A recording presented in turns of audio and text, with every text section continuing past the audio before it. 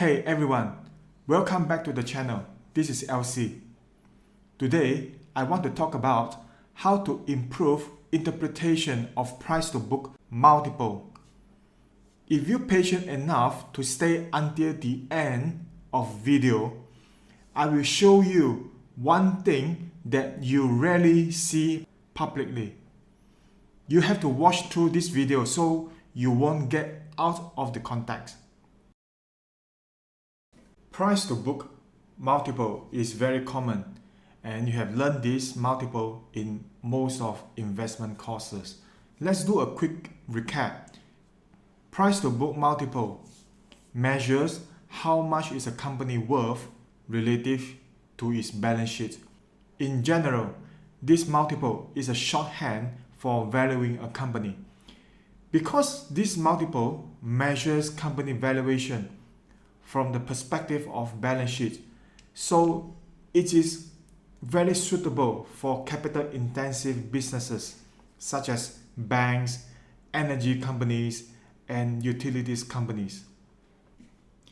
In many books and basic investment courses, we are taught if price to book multiple of a stock is more than 1, we assume the stock is overvalued at certain price. If price to book multiple of a stock is less than 1, then we assume the stock is undervalued. There is nothing wrong with this simple concept. Here, I want to share how you can improve your interpretation on price to book multiple. One important factor you should consider when you use price to book multiple is to take ROE, return on equity, into consideration. Let's have a quick recap of ROE. Basically, this metric measures how much it costs the business to grow. For each $1 of equity raised, how much in net income does the company generate? The upshot is it gives the clear picture of exactly how efficiently a company is using its equity and whether or not its competitive positioning allows it to generate solid returns from that equity. Just now, I mentioned that it is useful to consider price to book multiple evaluation along with ROE evaluation.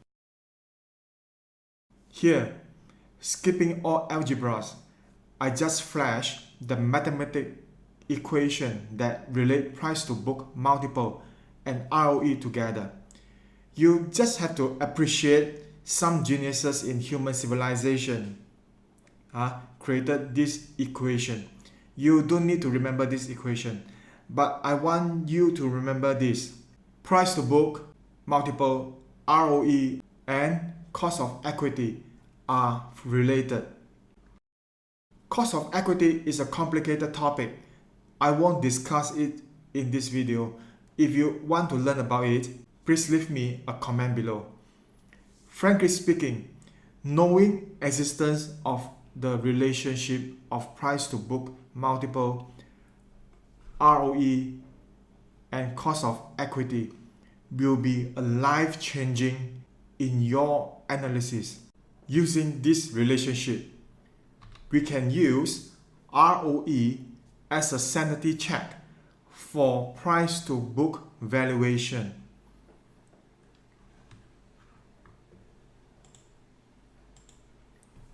When we take ROE into consideration, we assume a stock is potentially overvalued if price to book multiple is high and ROE is low.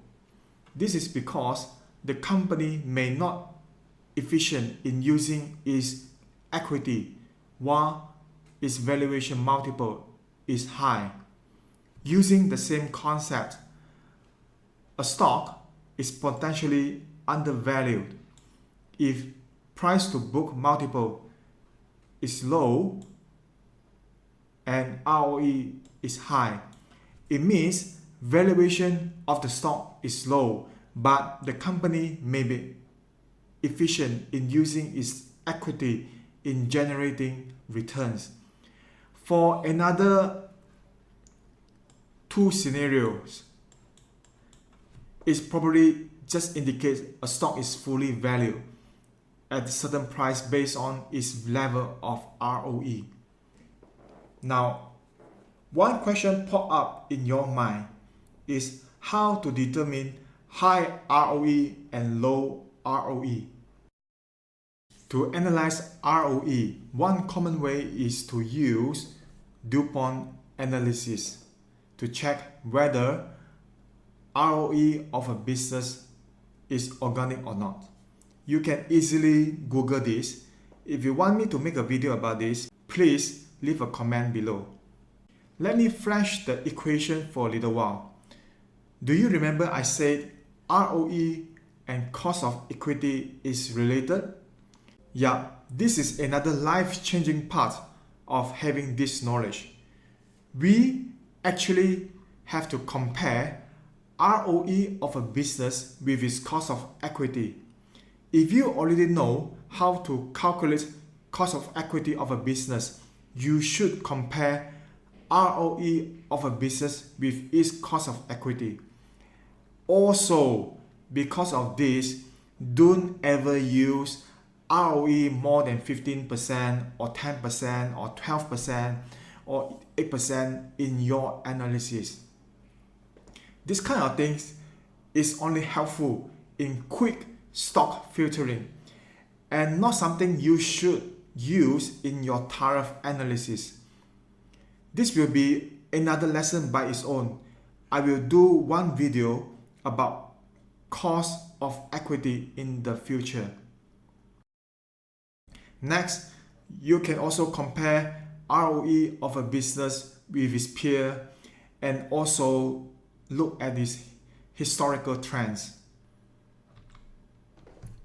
The key takeaway here is it is very useful for consider price to book multiple along with ROE analysis. A stock is potentially overvalued if price to book is high and ROE is low. A stock is potentially undervalued if price to book is low and ROE is high. Just now, I have also shared a couple of approaches in ROE analysis. I hope that you remember this table and better interpreting price to book multiple in the future. Since you stay with me until here, I give you a small bonus or perhaps a teaser of future video. Remember I told you about the relationship of price to book multiple, ROE and cost of equity. Now, I briefly share one practical life-changing benefit.